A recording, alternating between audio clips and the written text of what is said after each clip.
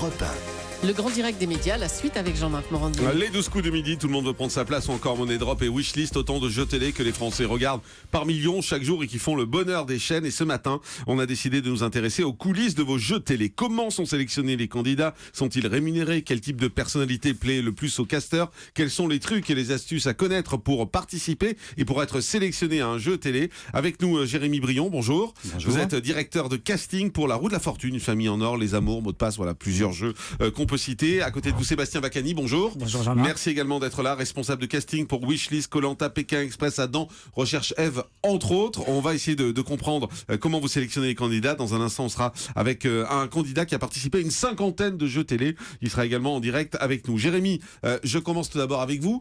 Être casteur, directeur de casting dans un jeu télé, qu'est-ce que ça veut dire tout d'abord? Quelle est votre mission? Alors c'est de sélectionner les candidats parmi une bonne centaine de candidats. Par jour, en fait, Vous avez une centaine de candidats qui veulent participer par jour et parmi eux, ça vous dépend de sélectionnez l'émission. ceux qui vont passer à l'antenne. Exactement. C'est des gens qui s'inscrivent automatiquement ou c'est des gens que parfois vous allez chercher sur les réseaux sociaux, sur Facebook ou dans la rue? Dans le jeu, en général, ils s'inscrivent directement. Et quand c'est une nouvelle émission, par contre, on peut rappeler certains anciens candidats. Ça veut dire que vous avez un fichier Oui. de gens qui aiment participer au jeu. Oui.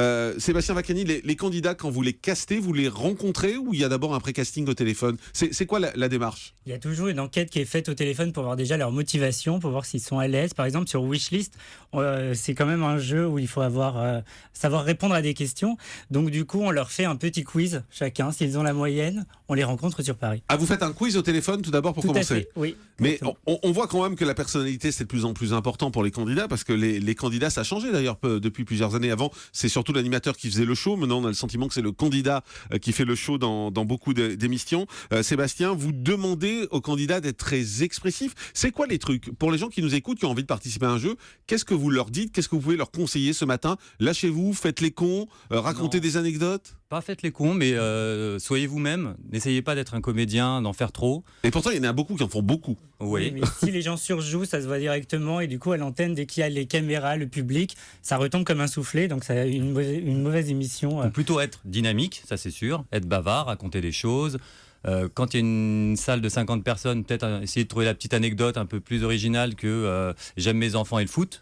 Voilà, ce genre de choses. Mais il faut avoir des histoires à raconter. On a écouté tout à l'heure dans le zapping, par exemple, qu'on a quasiment tous les jours du Nagui avec des candidats qui racontent des petites anecdotes de leur vie, des choses drôles ou pas.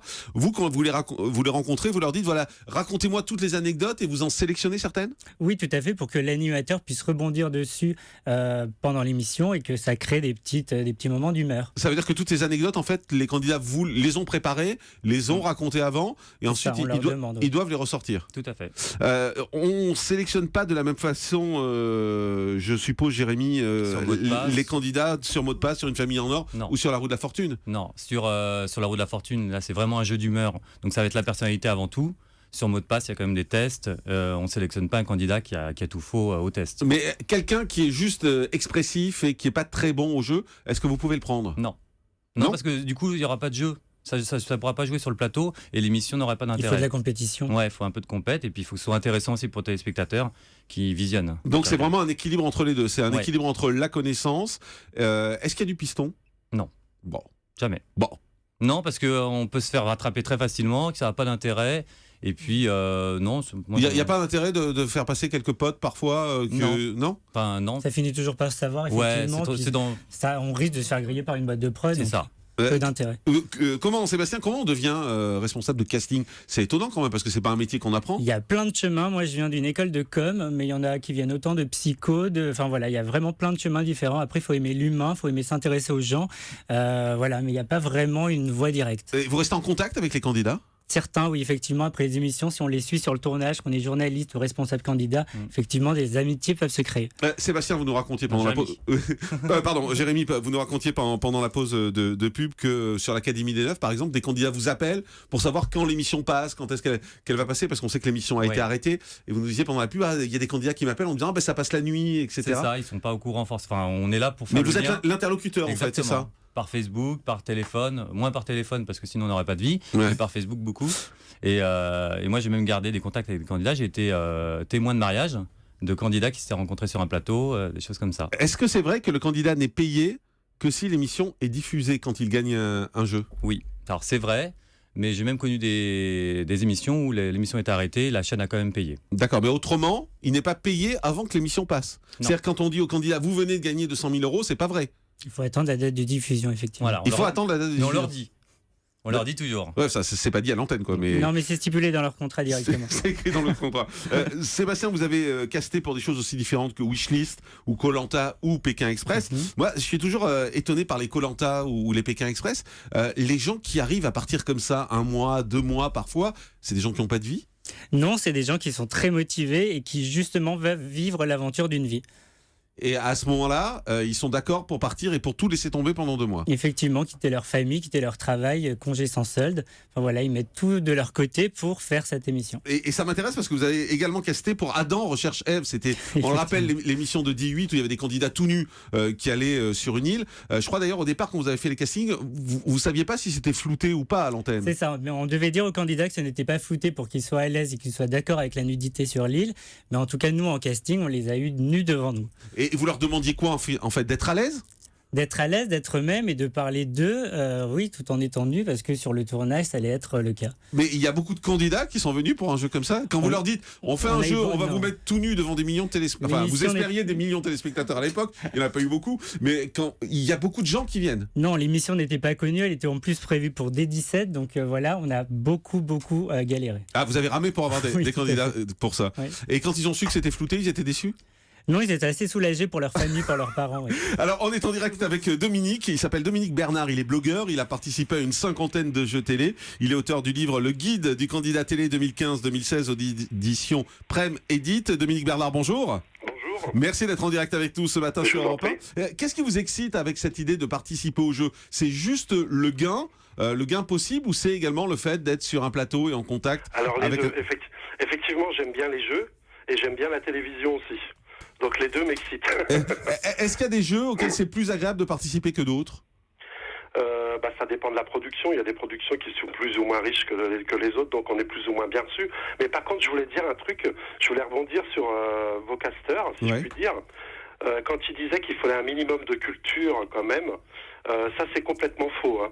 Dans les 12 coups de midi, vous pouvez être sélectionné avec une culture de poulpe, tout simplement parce que vous êtes un bon client. Oui, en fait, il y a le côté à la fois bon client et le côté culture. Oui, ça c'est certain. Ouais. C'est certain. Quel est le jeu auquel vous avez adoré participer? Mot de passe. Et le jeu que vous avez détesté? J'ai pas vraiment de jeu que j'ai détesté faire. Hein. Il n'y a pas un jeu où vous avez été moins bien accueilli, où le public, où l'animateur était moins sympa, où il s'est passé des choses un peu désagréables? Non, juste une fois, mais c'est un vieux jeu. Bon, je suis venu pour rien parce qu'on m'a annulé. Ouais. Par exemple, Money Drop, j'ai été sélectionné pour Money Drop. Je suis venu avec mon ami pour enregistrer, il y a 2 ans et demi. Ouais. On n'a pas pu enregistrer parce qu'il y avait une question de timing, quoi. Ils n'ont pas pu faire passer tout le monde. Depuis 2 ans et demi, on nous promet de revenir. On était prioritaire, on n'est jamais revenu. Bon, je pense que j'avais déjà sorti un premier livre et que ça a été peut-être gênant pour eux parce que, en fait, il y a quand même... moi, si je puis dire, je suis un peu sorti du bois en me dévoilant, quoi. Ouais. Si j'avais écrit mon livre anonymement, peut-être que je continuerai à jouer. Là, c'est un peu plus difficile parce que ils aiment pas trop qu'on soit quand même trop près de... trop investi, quoi. Trop investi. Vous savez combien vous avez gagné d'argent depuis... Alors, enfin, en tout cas, en équivalent? J'ai pas fait le total, mais disons que mon gain maximum, c'est 10 000 €. Ouais, mais en plusieurs fois, vous en avez... En plusieurs fois 10 000 €, oui, ça. Soit en argent, soit une voiture, etc. Donc au total, vous n'avez pas une idée de combien vous avez pu gagner? Au total, je pense qu'on doit être dans les 100 000 €, je pense. D'accord. Et quel conseil vous donneriez aux candidats et aux personnes qui ont envie de participer à un jeu? Alors déjà, je leur conseillerais d'y aller, de pas hésiter. Ouais. Mais c'est vrai que les sélections sont différentes selon si c'est un jeu sur TF1 ou France Télévisions. C'est quoi la différence? Sur TF1, quand même, on demande des gens un peu plus extravertis. Ouais. Et sur France 2, c'est des gens plutôt cultivés, c'est ça? Voilà, mais il faut quand même avoir toujours une histoire à raconter. Si vous allez dans un casting, comme disait un de vos casteurs en disant j'aime le foot et mes enfants, ça les intéresse pas. Mais ça, ils vous le cachent pas, ils vous le disent avant le casting. Hein. Merci Dominique Bernard d'avoir été en direct avec nous. Blogueur, vous avez participé à une 50aine de jeux télé et vous êtes auteur du livre Le Guide du candidat télé 2015-2016 aux éditions Prem Edit. Jérémy Brion, c'est vrai que il faut être plus intelligent quand on veut jouer sur France 2? C'est pas les mêmes jeux. C'est des jeux de culture G souvent sur France 2, donc forcément on demande un niveau. Et ce n'est pas le cas sur TF1 ? Il y a moins de jeux de culture G, c'est plus des jeux d'humeur ou de divertissement. Ouais. Sébastien Vacani, quel est le jeu pour lequel c'est le plus difficile de trouver des candidats, à part Adam et Ève, on l'a compris, mais autrement dans ce qui existe? Sur Wishlist, c'est pas évident parce qu'il faut être en binôme, il faut être marié, et donc du coup les deux doivent avoir un bon niveau, et donc c'est beaucoup plus compliqué de trouver des candidats en binôme et surtout mariés. On peut participer plusieurs fois au même jeu? Non. Ou alors c'est un jeu qui est très long, qui a duré sur 5-10 ans, et là éventuellement on peut revenir. Et il y a un délai légal qui est mis en place par les productions ou pas? Non, il n'y a pas de délai légal, je pense. On a déjà vu des couples revenir dans Les Amours par exemple. Oui, voilà. Mais ça, en tout cas, ce que vous dites aux gens qui nous écoutent aujourd'hui, vous leur dites n'hésitez pas, allez-y, participez, venez et tentez votre chance. Même s'ils ne sont pas pris, c'est toujours une bonne expérience de voir comment on se présente devant les autres. Parce que voilà, les coulisses un petit peu de tout ça, c'est toujours très intéressant. Voilà, et Sébastien, vous nous rassurez, on n'est pas toujours obligé de se mettre tout nu devant vous. Non, et heureusement. À tout de suite sur Europe 1.